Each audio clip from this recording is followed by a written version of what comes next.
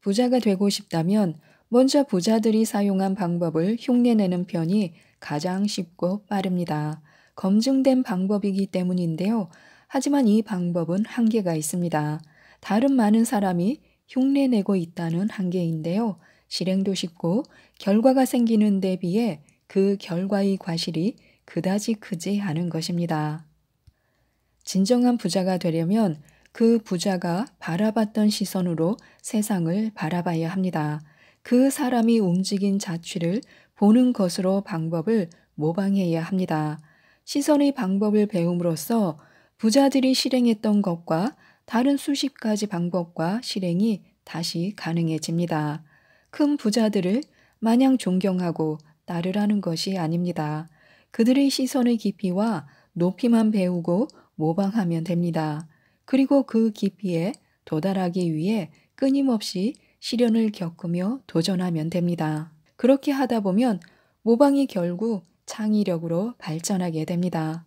자신의 재정 조건과 경제 상황이 지금 저개발국이라는 것을 인정한다면 안타깝지만 지금 창조적으로 무언가를 하려고 노력하지 말아야 합니다. 두통만 생길 뿐입니다. 지금 할 일은 창조적인 아이디어를 생각하는 것이 아니라 다른 사람이 만들어 놓은 성공했다고 알려지고 돈을 벌었다고 알려진 방법들을 따라 해보는 것입니다. 모방해야 합니다. 처음부터 창조하려고 애쓰지 말아야 합니다. 가능하지 않은 것에 시간을 낭비하지 말아야 합니다. 모방엔 장점이 있습니다. 창조한 사람이 겪었던 스트레스와 시행착오를 최소화할 수 있습니다. 따라하기가 쉽고 실패할 위험성도 낮습니다. 창조는 고뇌와 꼬리에 꼬리를 무는 질문에서 나옵니다. 암기로 단순하게 답을 찾고 대답하는 방법에 집중해야 합니다. 대신 한 가지를 명심해야 하는데요. 모방으로 성공하기 위해서는 남들보다 속도가 빨라야 합니다. 부자가 되는 법은 간단합니다. 현재 상황에서 3년에서 4년 이내를 목표로 정하고요. 정말 노력하고 고민하고 실패하고 또 도전할 각오로 임해야 합니다.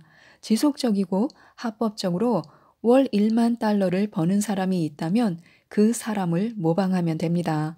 그 사람이 우리에겐 현인이자 군자입니다. 수익과 다루는 돈의 단위가 커짐에 따라 그 돈을 감당할 깜냥도 함께 커져야만 합니다. 그래야 그 다음을 바라볼 수 있고 견딜 수 있습니다. 그렇지 않다면 그 돈은 쉽게 빠져나갑니다. 감당할 만큼의 돈을 벌면서 그 돈을 관리할 깜냥도 함께 키워나가야만 이룩한 부를 지킬 수 있다는 것입니다. 돈은 천천히 그러면서도 꾸준히 버는 게 더 좋습니다. 하지만 어떤 변곡점을 넘어서면 돈은 스스로 아주 빠르게 불어납니다. 돈은 유동성을 갖고 있기 때문인데요. 흐름이 생기면 흐름을 타고 움직이면서 그 폭을 증가시킵니다. 그때는 이미 돈을 다루는 경험을 충분히 한 상태입니다. 따라서 돈의 흐름을 잘 감당할 수 있고 잘 운용하는 여유로운 사람이 되어 있을 것입니다. 삶이 한결 더 여유로워지고 넉넉해졌음을 스스로 느낄 수 있습니다. 돈을 벌고 싶다면 돈에 집착해야 합니다.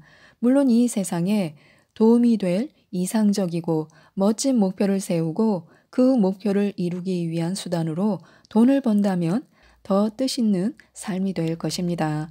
그런 목적을 갖고 돈을 번다면 어떤 어려움이 닥쳐도 더 강하게 헤쳐나갈 수 있습니다. 삶은 소설이나 동화가 아닙니다. 그냥 귀 닫고 자신의 속마음에 솔직해져야 합니다. 그것이 훨씬 편합니다. 거창한 목표를 갖고 싶다면 일단 벌고 나서 생각해도 늦지 않습니다. 오늘의 긍정 루틴은 윌리엄 안 지음 리드리드 출판에서 나온 돈 버는 법이라는 책이었습니다. 이상 책데이트였습니다. 부자 되세요.